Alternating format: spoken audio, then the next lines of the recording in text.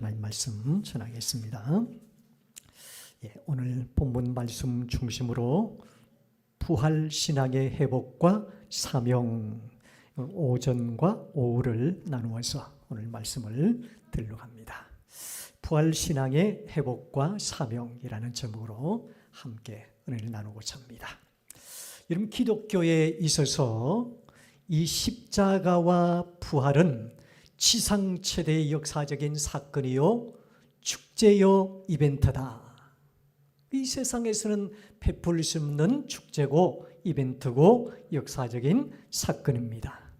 십자가 부활은 기독교 복음의 핵심이고 중심이고 축이 되는 그런 가장 포인트가 되는 말씀이 바로 십자가와 부활이다. 그래서 모든 성경은 어디에 포커스를 두고 있느냐면 바로 십자가와 부활에 포커스를 두고 있다. 그렇게 말씀을 들을 수 있습니다. 우리 주님의 십자가가 없었다면 우리는 구원을 받을 수 없었고, 주님의 부활이 없었다면 우리에게는 다시 생명이 없는, 소망이 없는 그런 차로 우리는 살아갈 수밖에 없었을 것입니다. 그런데 이 주님의 십자가와 부활 때문에 우리는 구원을 받고 다시 사는 영원한 소망과 참된 생명을 입을 수가 있었던 것입니다. 결국 우리 주님은 그 가혹한 순환을 당하시면서 십자가의 죽음을 맞이한 겁니다. 그런데 이 죽음의 권세를 이기시고 다시 살아나셨다는 거예요. 이게 중요합니다. 이 땅에 수많은 종교가 있습니다. 얼마나 많은 종교가 있는지 모릅니다. 그런데 이 주님의 부활만은 어떤 종교도 따라할 수 없는 그런 것이 바로 주님의 부활입니다. 그래서 이 주님의 부활은 기독교의 가장 큰 매력이고 가장 아름다운 복음이다. 그렇게 말씀을 드릴 수 있습니다. 자, 이 부활의 주님이 지금 이 시간 저와 여러분들 그리고 우리 교회 우리 가정에 함께 할 수 있기를 주의 이름으로 축원합니다. 자, 그리고 다시 부활하셔서 이제 제자들을 만나 주셨습니다. 우리 예수님께서 이제 부활하셔서 제자들을 만나 주셨는데 바로 부활 성전하시면 되잖아요. 우리 예수님도 얼마나 지치고 아프셨고 트라우마가 있겠습니까? 자, 그렇다면 우리 예수님께서 이제 부활하셔서 바로 성천하시면 되는데, 성천하시기 전에 우리 예수님께서 제자들과 머문 기간이 며칠일까요? 40일인 거예요. 40일. 그런데 자, 제자들 만나 주셨는데 제자들 중에는 의심하는 자들이 얼마나 많이 있는지 모릅니다. 그리고 온 사방에서 우리 예수님을 믿지 않았습니다. 그래서 예수님은 이 땅에 오셔서 그렇게도 부활에 대한 신앙과 메시아성 그리고 그리스도 되심 이 대한 것을 보여주셨음에도 불구하고 다시 사신 주님을 아직도 의심하는 제자들 보면서 바로 우리의 모습을 보는 듯합니다. 주님은 부활하셔서 제자들을 만나 주셨는데 그들은 부활하신 주님을 알지 못했던 거예요. 그래서 부활하시고 성천하시기까지 40일이 필요했던 겁니다. 그냥 부활 성천하시지 않아서 하늘나라로 올라가신 게 아니고 40일이라는 이 재정비하는, 다시 말하면 40일이 필요했다는 거예요. 그래서 이 40일은 엄청나게 중요한 시간들입니다. 그래서 이 40일 동안 제자들을 만나 주셨는데 이 40일은 어떤 의미가 있는가? 왜 40일이 필요했는가? 오늘 두 가지의 의미만 말씀을 드리려고 합니다. 자, 주님의 부활하신 후에 제자들을 만나 주신 이 40일의 두 가지 영적인 의미가 무엇인가?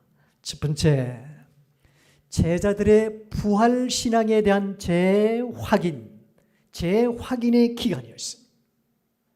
부활신앙이 너무너무 중요하기 때문에 그들에게 확신시켜 드리고 또 그들에게 재확인시켜 주시는 기간이 40일이었어요. 주님은 부활신앙에 대해서 제자들의 신앙을 확인해 보고 싶어 하셨습니다. 그리고 부활신앙을 확실히 믿는 그 확신을 요구하는 거예요. 결단하게 만드는 거예요. 부활신앙이 없으면 아무 소용이 없는 거예요. 우리가 예수님을 아무리 잘 믿어도 우리 예수님께서 부활하심을 우리가 확실하게 믿지 않고는 아무것도 될 수 없는 거예요. 소망이 없습니다. 믿음도 헛것입니다. 우리의 지금 신앙생활하는 이 모든 것도 다 헛것이 되는 것입니다. 그래서 이 부활신앙이 너무너무 중요한 거예요. 그래서 이 40일 동안 이 부활신앙에 대한 재확인이 필요했다. 그래서 40일의 영적인 의미를 여기에 두는 것입니다. 여러분, 우리 예수님께서 부활하신 다음에 베푸신 기적이 하나 있어요. 7 제자들에게 나타나셔가지고 153마리의 고기를 잡게 하는 요한복음에 나온 요한복음 21장에 보면 7 제자들 만나 주셔가지고 153마리의 고기를 잡게 합니다. 이 부활하신 후에 베푸신 기적이에요. 이 기적을 보여주신 것은 무슨 의미가 있을까요? 153마리의 그물 가득한 그 많은 고기를 기적적인 사건 그 자체만을 보여주신 것이 아니에요. 제자들의 확실한 부활신앙을 심어주시기 위해서 우리 주님은 이런 분이시다 하는 것을 그들에게 보여주는 거예요. 배 오른편에 그물을 던지니까 그물을 들 수 없을 정도의 고기를 잡았다는 그런 기적의 사건. 이 기적 자체가 중요한 것이 아니라 그 기적을 보여주신 의미가 더 중요한 거예요. 그래서 기적을 보여주신 이유가 뭡니까? 내가 십자가에 처형당할 때 너희로부터 버림받은 예수다. 네가 바로 메시아다. 그리스도다. 다시 살아난 내가 바로 그로다. 너희들과 함께 있을 때 너희들은 전부 십자가 밑에서 다 도망갔지만 십자가의 그 처절한 고통을 받으시면서 3일 만에 다시 부활한 내가 바로 예수다. 지금 여러분 이 기적 사건을 통해서 그걸 확실하게 심어주시기 위해서 이 기적이 필요하신 거예요. 이것을 잊지 말라는 거예요. 천에는 섣불리 죽을지언정 절대 주님을 버리지 않겠습니다.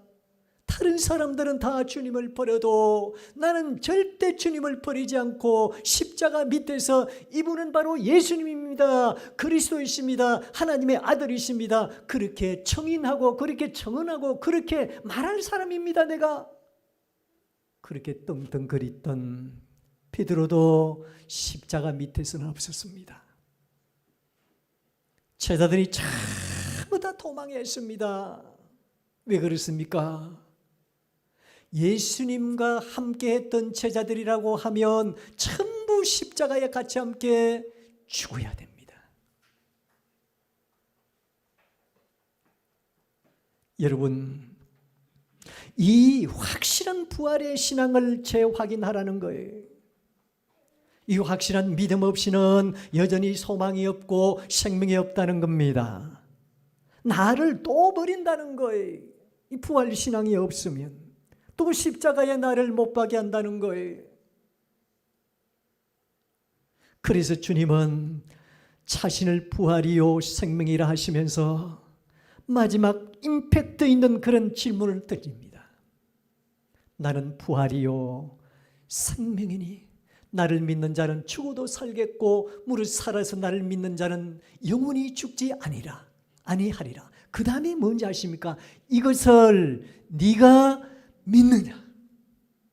이것을 믿지 않고서는 부활과 소망을 믿지 않고서는 너희들이 지금 믿는 믿음은 헛것이라는 거예요. 소망이 없어요. 그리스도가 주가 되심을 확신할 수가 없는 거예요. 날마다 절망 가운데 살 수밖에 없고 날마다 힘없이 살아갈 수밖에 없는 거예요. 이것을 네가 믿느냐? 나는 부활이요 생명이니 나를 믿는 자는 죽어도 살겠고 무릇 살아서 나를 믿는 자는 영원히 죽지 아니하리라. 이것을 네가 믿느냐? 부활 신앙을 확신하는 거예요. 부활 신앙을 확인하는 그 기간이 바로 40일이었던 거예요. 오늘 이 부활의 주님을 확실하게 우리 가슴 속에 모실 수 있기를 주의 이름으로 축원합니다. 여러분 살아가면서 실패하셨습니까? 다시 일어나게 하실 겁니다. 왜 그렇습니까? 부활 소망이 있기 때문에 그런 거예요. 우리 예수님께서 사망 권세를 깨뜨리시고 죽음에서 살아나셨다는 사실은 뭘 말해줍니까? 우리도 전부 새 생명이 있게 해주신다는 거예요. 여러분 팔거천 일 지나오시면서 벚꽃 보셨습니까? 저는 아무리 생각해도 이해가 안 됩니다. 제가 겨울에 다니면서요, 전부 말라 비틀어서 죽은 나무 같았어요. 근데 거기에 얼마나 예쁜 잎이 거기서 솟아납니까? 우리 주님의 부활은 여기에 있구나. 자연을 통해서 우리 예수님의 부활을 발견하고 묵상하게 되었습니다. 어떻게 이 아무것도 아닌 바짝 메말라서 죽어있는 이 고목나무에 어떻게 그 예쁜 꽃을 피우지? 우리 하나님만 하실 수 있는 줄로 믿으시기를 바랍니다. 우리 하나님만 하실 수 있는 거예요. 우리는 이 세상에 근심, 걱정, 염려 속에 살아간다 하지만, 실패 속에 살아간다 하지만, 절망 속에 살아간다 하지만, 부활 소망을 가진 자들은 하나님께서, 예수님께서 다시금 우리를 살게 해서 새 생명 얻게 하시고 소망 얻게 하시고 기쁨과 감사와 감격을 되찾게 하실 줄로 믿으시길 바랍니다. 이게 부활의 소망이에요. 이 부활의 소망과 부활의 신앙을 확인하는 시간이 바로 40일이었습니다. 여러분 우리 예수님께서 부활하셨습니다.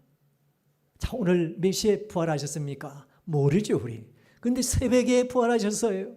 그러면 지금부터 40일 동안 뭐하는 기간이라고요? 부활을 확인시켜주는 그런 기간이란 말이죠. 그래서 40일 동안요, 확실하게 너희 심령 속에 심고 박아야 되고 새겨야 되는 게 뭔지 아냐? 바로 부활 소망이다. 이 신앙과 소망이 없으니까 절망 속에 살고 또 조금만 지나면 근심하고 걱정하고 불행히 살아가고. 여러분 믿는 사람이 당당하게 살아야 되는 거예요. 또 담대하게 살아야 되는 거예요. 항상 승리하는 삶을 살아야 되는 거예요. 왜 그렇습니까? 우리가 살아가는데 환경을 통해서 얼마나 힘든 일들이 많이 있고 절망 속에 살아가는 데가 얼마나 많아요. 지금 전쟁이 일어나다 보니까 전부 사재기 하고 있잖아요. 저는 하나도 사재 본 적이 없습니다. 전부 사재기 하잖아요. 그래 준비해야 되죠. 전쟁이 일어났으니까 비닐봉투도 우리가 하나, 쓰레기 봉투도 준비를 해야 되고 준비를 해야 되는 건 맞습니다. 그런데 그 뒤에 우리 예수님께서 부활하셔서 우리를 절대로 굶겨 죽이지 않을 줄로 믿으시길 바랍니다. 우리 주님은 살아계십니다. 부활하셨습니다. 다시금 우리에게 새로운 소망과 생명을 주셨습니다. 그래서 이 소망을 가지고 기쁨을 가지고 이 신앙을 가지고 살아가자. 그게 바로 부활 신앙이요 부활 소망이라는 거예요. 이걸 잊어버리면 날마다 걱정입니다. 전쟁이 일어나면 어떻게 되느냐, 내가 질병이 오면 어떻게 되느냐. 여러분 죽고 사는 것뿐만 아니라 전쟁도 전부 누구에게 속했다고요? 하나님께 속한 줄로 믿으시길 바랍니다. 그분이 부활하셨다면 우리의 모든 것을 다 회복시켜 주시고 참된 소망을 허락해 주실 줄로 믿습니다. 여러분 절망 속에 방황하십니까? 소망이 넘치고 기쁨과 감격이 넘치는 생활로 다시 일어서게 하실 줄로 믿습니다. 다시 사신 부활의 주님이 우리 안에 함께 하신데 그 무엇인들 우리가 안 되겠습니까? 저는 그렇게 생각해요. 우리 안에 부활되신 예수님이 우리 안에 계시면 우리에게 반드시 분명히 소망이 있을 줄로 믿으시길 바랍니다. 우리 안에 생명의 역사가 일어날 줄로 믿습니다. 소망과 부활과 기쁨과 기적의 역사가 150세마리가 아니라 하나님께서 여러분들의 모든 필요를 채워주실 줄로 믿습니다. 절망적인 삶입니까? 때로는 우울감 때문에, 무기력 때문에, 근심 걱정 때문에, 염려 때문에 우리가 이 땅에 살아가면서 소망이 없습니다. 절망 가운데 살아갑니다. 부활의 소망을, 소망 되신 예수님을 만날 수 있기를 바랍니다. 우리의 삶 속에 이런 삶이 늘 함께 할 수 있기를 바라요. 자, 그 다음에 두 번째, 주님의 부활하신 후에 제자들 만나주신 40일의 두 가지 의미 중에서 두 번째, 제자들의 부활신앙에 대한 재훈련입니다. 재훈련 기간이었어요. 주님은 이제 40일 동안 제자들 만나주시고 40일 후이면 이제 어디로 가십니까? 서울에 가십니까? 로스앤젤레스 가십니까? 아니면 호르무즈 해협으로 가십니까? 어디로 가십니까? 우리 예수님은 부활 성천하십니다. 40일 후에는 성천하셔요. 그래서 주님은 그들에게 부활 신앙에 대한 재훈련이 필요했던 거예요. 내가 있을 때에도 믿음 없어서 부인하고 했는데 내가 성천하고 보이지 않는 성령이 이 땅에 오시면 너희들이 어떻게 주님의 사역을 감당할 수 있겠느냐? 나를 믿겠느냐? 이 부활의 주님을 깊이 체험하지 않고서는 교회를 맡길 수가 없다는 거예요.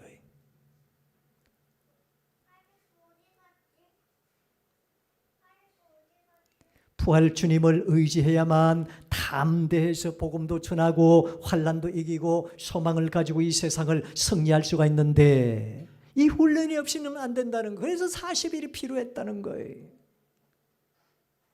훈련 기간입니다. 이런 훈련을 받은 여러분 제자 베드로가 죽을지언정 주님을 부인하지 않겠습니다 했던 사람이 3번 부인하고 전부 십자가 밑에서 나는 그 사람을 모르니라. 스승도 아니고 나의 선생도 아니고 나 그 사람을 알지 못하노라 그랬던 사람이 바로 베드로예요. 그런데 베드로가 40일 동안 만나주신 우리 예수님의 기적과 그 예수님의 그 부활신앙에 대한 훈련을 통해서 얼마나 강하고 담대한 복음 선포자로 세워진지 모릅니다. 오늘 2장 22절부터 32절 말씀이 누구의 설교냐? 누구의 설교입니까? 베드로의 설교예요. 얼마나 강력하게 전하는지 모릅니다.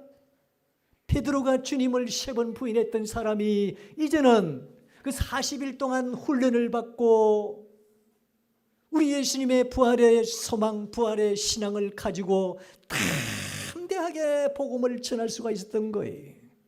오늘 마지막 절을 보니까 내가 다 이 일의 정인이로다. 그리고 사도행전으로 넘어가서 여러분들 보시면 베드로 보시면요 말씀에 생명력이 있습니다. 소망이 넘칩니다. 기쁨과 감사 감격이 넘치는 삶이었습니다. 그리고 이제 사도행전으로 넘어가면 교회가 탄생이 되는데 이전에 베드로가 아닙니다. 이제는 그 안전뱅이 앞에서요 은과 금은 내게 없거니와 곧 나사렛 예수 그리스도 이름으로 걸으라. 얼마나 강하고 능력 있는 메시지가 청구되십니까? 안전뱅이가 그 자리에서 일어난 줄로 믿으시길 바랍니다. 부활의 주님을 목숨 걸고 담대하게 전합니다. 내가 다 이 일의 정인이로다. 예수님의 복음을 얼마나 강하게 전하는지 모릅니다. 자, 여러분 그때 당시요 그걸 여러분 아시면은 이런 시대에 이 복음을 이렇게 전할 수가 있어? 그 베드로 맞아? 이럴 겁니다. 여러분 내가 이 일에 다 정인이로다. 그때 당시가 어떤 상황인지 아십니까? 로마가요 이스라엘 유대인들을 전부 식민지로 삼고 있던 로마 제국 시대였어요. 그때 당시 시대적인 상황은요, 내가 이 일에 예수님의 증인이다 하고 복음을 전하는 즉시 죽어서 순교하는 그 때였어요.